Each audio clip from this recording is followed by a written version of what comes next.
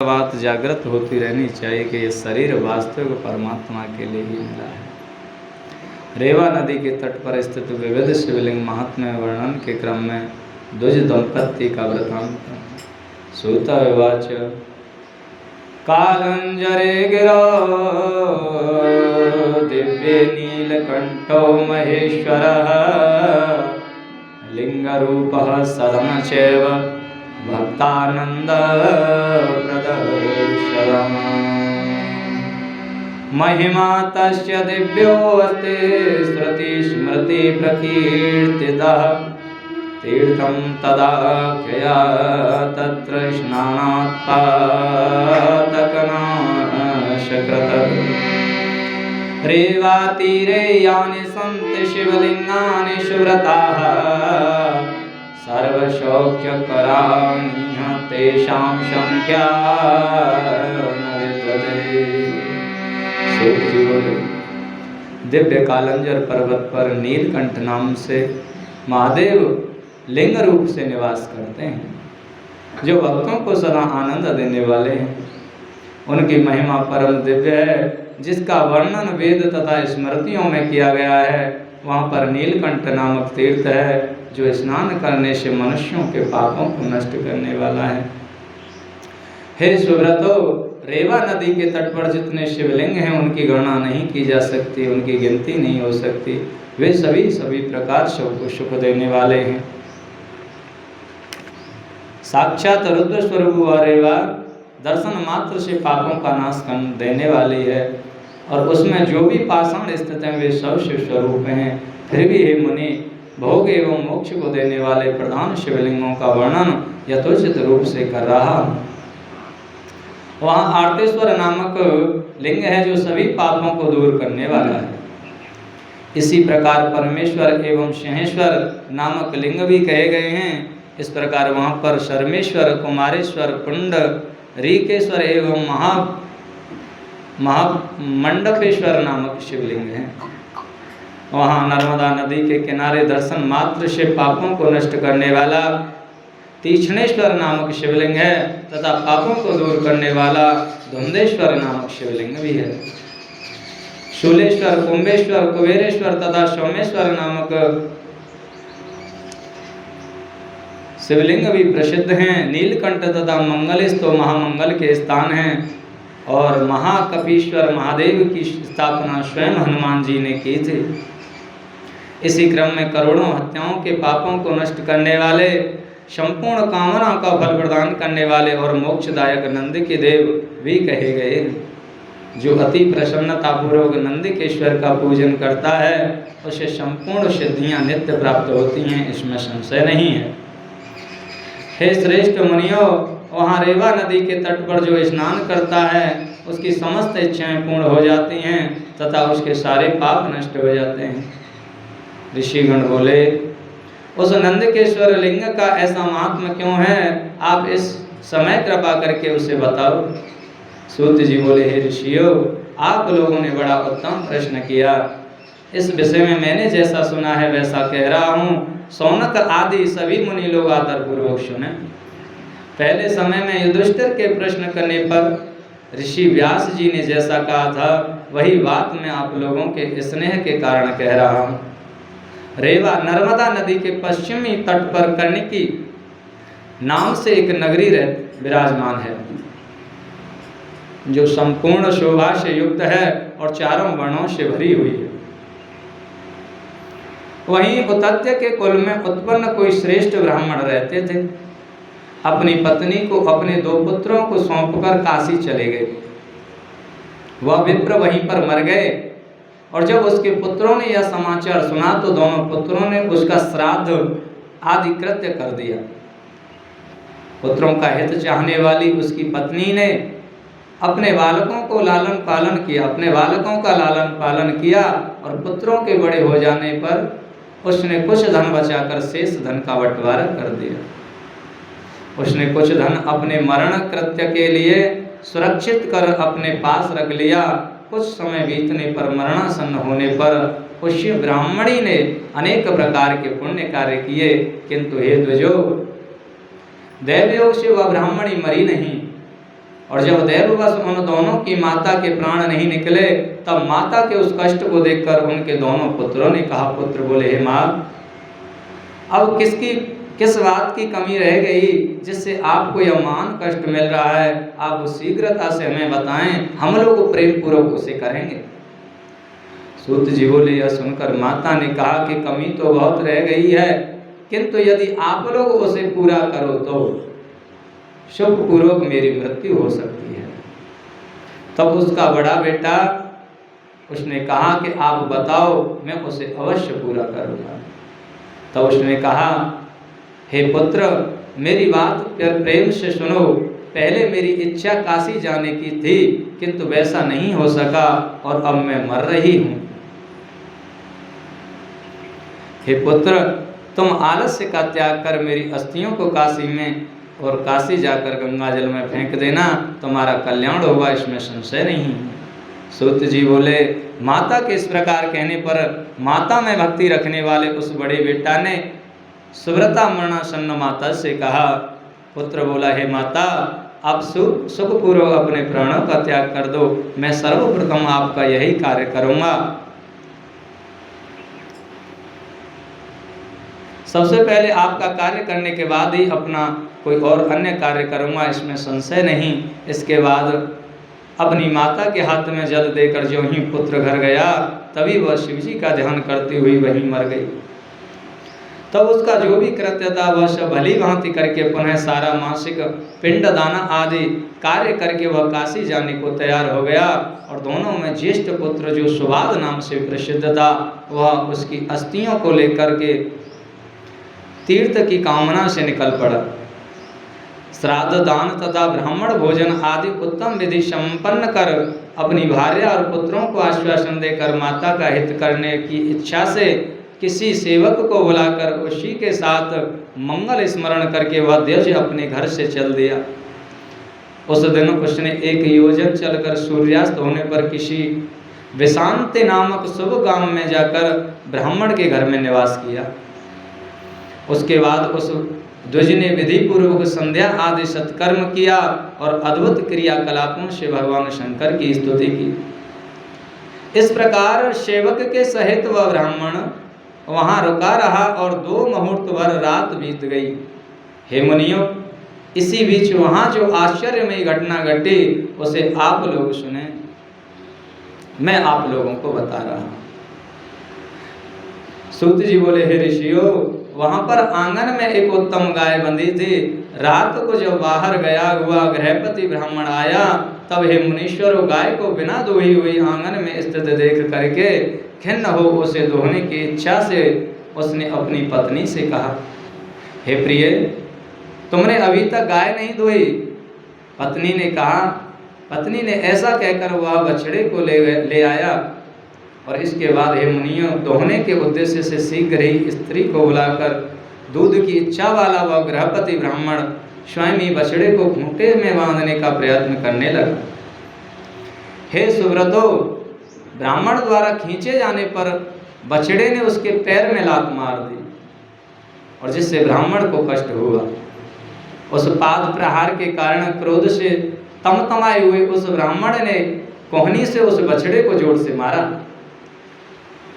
इस प्रकार उसके द्वारा मारे जाने पर बछड़ा भी शांत हो गया और उसके बाद उस ब्राह्मण ने गाय को धो लिया, किंतु क्रोध के कारण बछड़े को मुक्त नहीं किया। वह गाय अपने बछड़े के प्रीति पूर्वक दूध पिलाने के लिए महान रुदन करने लगी तथा उसका रुदन देखकर बछड़े ने यह वाक्य कहा कि बछड़ा बोला, हे माता, तू क्यों रो रही है? तुम्हें कौन सा दुख आ पहुंचा, उसे प्रेम पूर्वक मुझे बताओ। यह सुनकर गाय बोली, हे बेटा, मेरा दुख सुनो। मैं उसे कह नहीं सकती हूँ, इस दुष्ट ने तुमको मारा है और इससे मुझे भी बहुत दुख हुआ है। सूत जी बोले, अपनी माता की बात सुनकर प्रारब्ध से संतुष्ट उस बछड़े ने अपनी माता को समझाते हुए कहा, हे माता, क्या किया जाए और कहाँ जाया जाए, क्योंकि हम सभी कर्म के बंधन में बंधे हैं। इसलिए पूर्व में जैसा कर्म किया गया वही इस समय भोगना पड़ रहा है। प्राणी हंसते हुए तो कर्म करता है और रोते हुए उसका फल भोगता है। कोई किसी को न सुख देने वाला है और न किसी को सुख दुख देने वाला है। कोई काहू कर सुख दुख दाता हो। इसीलिए कहा रामचरितमानस में, हसता क्रियते कर्म रुदता परिवर्ज्यते दुखदाता न को अप्यस्ते सुखदाता न कश्चन। सुख दुख परो इत्येषा कुमतिर्मता अहम चापि करोम्यत्र मिथ्या ज्ञानं तदोच्यते। स्वकर्मणा भवे दुखम सुखम तेनैव कर्मणा तस्माच्च पूज्यते कर्म सर्वं कर्मणि संस्थितम्। निज कृत कर्म भोग सब भ्राता। इसीलिए कहा, ये कह रहे हैं स्वकर्मणा भवे दुखम सुखम तेनैव कर्मणा। ये दोनों बात एक ही हैं। कोई दूसरा सुख और दुख देने वाला नहीं है। यह दुर्बुद्धि मानी गई है, मैं ही करता हूँ, यह मिथ्या ज्ञान कहा जाता है। प्राणी को अपने कर्मों से दुख होता है और उसी अपने कर्म से सुख भी होता है। इसीलिए कर्म की पूजा होती है, सब कुछ कर्म में ही स्थित है। हे माता, तुम, मैं और ये जीव आदि जो भी हैं वे सब कर्म से बंधे हुए हैं, इसीलिए तुम किसी प्रकार से सोच मत करो। सूत जी बोले, इस प्रकार अपने पुत्र के ज्ञानपूर्ण वचन को सुनकर पुत्र शोक से युक्त एवं दुखित उस गाय ने कहा। गाय बोली, हे बेटा, मैं सब जानती हूँ, सभी प्राणी कर्म के अधीन हैं, किंतु मोह से ग्रस्त होने के कारण मैं बारंबार दुख प्राप्त कर रही हूँ। बहुत रुदन भी किया है, किंतु तब भी दुख शांत नहीं हो रहा है। तब यह बात सुनकर बछड़े ने माता से कहा, ये गाय कह रही है अपने बेटा से, बछड़ा से, कि तू जो बता रहा है ये सब मैं जानती हूँ। तो प्राणी जान करके शोकित होता है कि बिना जाने शोकित होता है, बताओ। हम सबको पता है ना कि शरीर छूटेगा, शरीर के संबंधी छूटेंगे, लेकिन शरीर छूटने पर शोक हो जाता है, तो हमें यह जानते हुए होता है। कहें क्योंकि हम मोह से बंधे हुए हैं, अज्ञान से बंधे हुए हैं। बछड़ा बोला, यदि तुम ऐसा जानती हो तो फिर रोना कैसा? कुछ भी करके उसका भोग करना ही पड़ता है, अतः दुख छोड़ो। सूत जी बोले, पुत्र की यह बात सुनकर उसकी माता बहुत दुखी हुई। इसके बाद लंबी सांस लेकर गाय ने बछड़े से यह वचन कहा। गाय बोली, हे बेटा, मेरा दुख तो तभी दूर होगा जब वैसा ही दुख इस ब्राह्मण को होगा, यह मैं सत्य कह रही हूँ। हे पुत्र, मैं प्रातःकाल उसे अवश्य अपने दोनों सींगों से मारूंगी, तब घायल होने पर इसके प्राण अवश्य छूट जाएंगे, इसमें संशय नहीं है। बछड़ा बोला, हे माता, तुमने पूर्व जन्म में जो कर्म किया उसका फल तो इस समय भोग रही हो, और अब इस ब्रह्म हत्या का फल किस प्रकार भोग होगी? हे माता, पुण्य और पाप के समान होने पर भारत में जन्म प्राप्त होता है, और भोग के द्वारा उन दोनों के नष्ट होने पर मुक्ति प्राप्त होती है। कभी कभी कर्म के द्वारा कर्म का नाश हो जाता है, तो भी कर्म वही कर्म भोग का भी कारण बन जाता है। इसीलिए तुम पुनः इस प्रकार कर्म करने के लिए इच्छा मत करो। और मैं कहाँ से आज तुम्हारा पुत्र हूँ और कहाँ से तुम मेरी माता हो। अतः पुत्रत्व और मातृत्व का अभिमान व्यर्थ है। तुम इस पर विचार करो। तुम विचार करो कि कौन किसकी माता और कौन किसका पिता, कौन किसका स्वामी और कौन किसकी स्त्री। यहाँ पर कोई भी किसी का नहीं है, सभी अपने किए हुए कर्म का फल भोग रहे हैं। हे माता, ऐसा विचार कर आपको धैर्य से दुख का त्याग कर देना चाहिए और परलोक में सुख की इच्छा से सद्धर्म का आचरण करना चाहिए। गाय बोली, है बेटा, यद्यपि मैं यह जानती हूँ, किंतु यह मोह मुझे नहीं छोड़ता। मुझसे तुम्हें जिस प्रकार दुख दिया है वैसा ही दुख उसे भी दूंगी। उसके बाद मैं वहाँ जाऊँगी जहाँ ब्रह्म हत्या का नाश होता है। वह स्थान मैंने देखा है जिससे मेरी हत्या दूर हो जाएगी। सूत जी बोले, हे श्रेष्ठ ब्राह्मणों, अपनी माता उस गाय की बात सुनकर बछड़ा चुप हो गया और इसके आगे कुछ भी नहीं कह सका। हे मुनीश्वरों, तब उन दोनों की यह अद्भुत बात सुनकर वह तीर्थ यात्री ब्राह्मण विस्मित होकर मन में विचार करने लगा कि प्रातःकाल इस अद्भुत घटना को देखकर ही मुझे जाना चाहिए। फिर मुझे उस ब्रह्म हत्या विनाशक स्थान पर अवश्य चलना चाहिए। और सूत जी बोले, हे ब्राह्मणों, वह मात्र भक्त ब्राह्मण मन में ऐसा निश्चय कर सेवक सहित अति विस्मित हो रात्रि में सो गया। इसके बाद प्रातःकाल होने पर गृहपति ब्राह्मण उठा और उस पथिक को जगाने लगा। तब उनसे यह वचन कहने लगा। ब्राह्मण बोला, हे पथिक, तुम अभी तक क्यों सो रहे हो? प्रातःकाल हो गया, अतः जहाँ जाने की इच्छा है उस स्थान के लिए आप अपनी यात्रा प्रारंभ करो। तब उसने कहा कि हे ब्राह्मण सुनिए, मेरे सेवक के शरीर में वेदना है, अतः थोड़े समय और मुहूर्त भर रुककर हमें यहाँ से जाने की अनुमति दे देना। थोड़े समय और हमें अपने यहाँ पर रुकने दीजिए। सूत जी बोले, इस प्रकार बहाना बनाकर उस अद्भुत तथा आश्चर्यजनक संपूर्ण घटना के विषय में जानने के लिए वह व्यक्ति पुनः सो गया। तदनंतर गाय दोहने के समय कार्यवश कहीं जाने की इच्छा वाले उस गृहपति ब्राह्मण ने अपने पुत्र से कहा। पिता बोला, हे पुत्र, मैं कार्यवश फिर कहीं अन्यत्र जा रहा हूँ, तुम सावधानी से अपनी इस गाय को धो लेना। सूत जी बोले, हे महर्षियों, ऐसा कहकर वह ब्राह्मण श्रेष्ठ कहीं चला गया। फिर पुत्र उठा और उसने बछड़े को खोला। उसी समय उसकी माता गाय दोहने के लिए स्वयं आई। तब ब्राह्मण पुत्र कोहनी से मारे जाने के कारण दुखी बछड़े को दूध की इच्छा से बांधने के लिए जब गाय के पास ले गया, तब गाय क्रोध में भरकर उसे सींग से मारने लगी। तब मर्म स्थान में चोट खाया हुआ वह मूर्छित होकर गिर पड़ा। उसी समय लोग एकत्रित हो गए। गाय ने बालक को मार दिया। जल लाओ, जल लाओ, इस प्रकार कहते हुए वे जहाँ उसके पिता आदि थे वहाँ पहुँचे।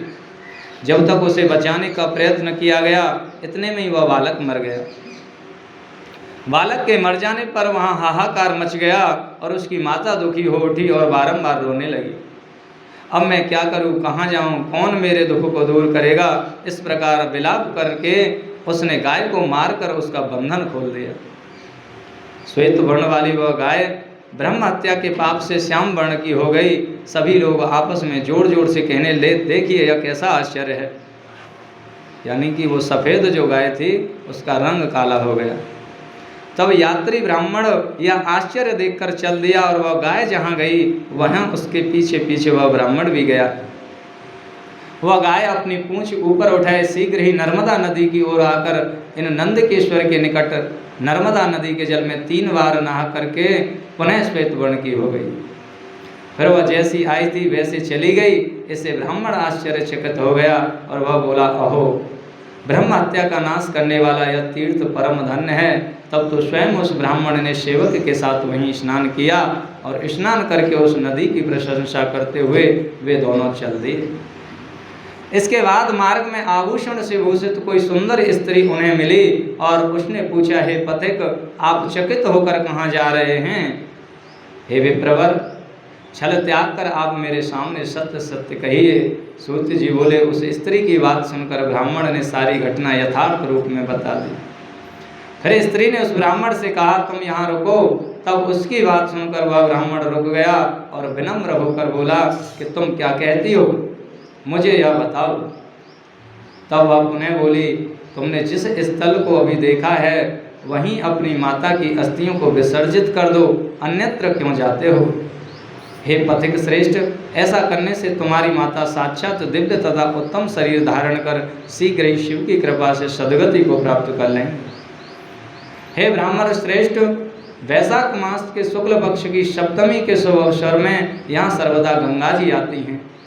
आज ही वह सप्तमी तिथि है और वह गंगा मैं ही हूँ तथा वहीं जा भी रही हूँ। हे मुनीश्वरों, यह कहकर स्त्री रूपधारी वे गंगा जी अंतर ध्यान हो गई। इसके बाद उस ब्राह्मण ने भी लौटकर माता की आधी अस्थियों को अपने वस्त्र से जो ही उस तीर्थ में विसर्जित किया, तभी एक विचित्र दृश्य उपस्थित हो गया। उसने दिव्य शरीर धारण की हुई अपनी माता को देखा और माता ने उससे कहा कि हे पुत्र, तुम धन्य हो, कृतकृत्य हो, तुमने अपने कुल को पवित्र कर दिया। तुम्हारे धन धान्य आयु एवं वर्ष की वृद्धि हो। बार बार अपने पुत्र को इस प्रकार आशीर्वाद देकर वह स्वर्ग चली गई। वहाँ पर बहुत समय तक अत्युत्तम परम सुख भोग कर शिव कृपा से उन्होंने श्रेष्ठ गति प्राप्त की। इसके बाद उसका पुत्र वह ब्राह्मण भी अस्थियां विसर्जित कर प्रसन्न मन वाला हो गया एवं शुद्ध चित्त होकर अपने घर चला गया। नंदकेश्वर शिवलिंग का महात्म्य वर्णन। ऋषय कथम गंग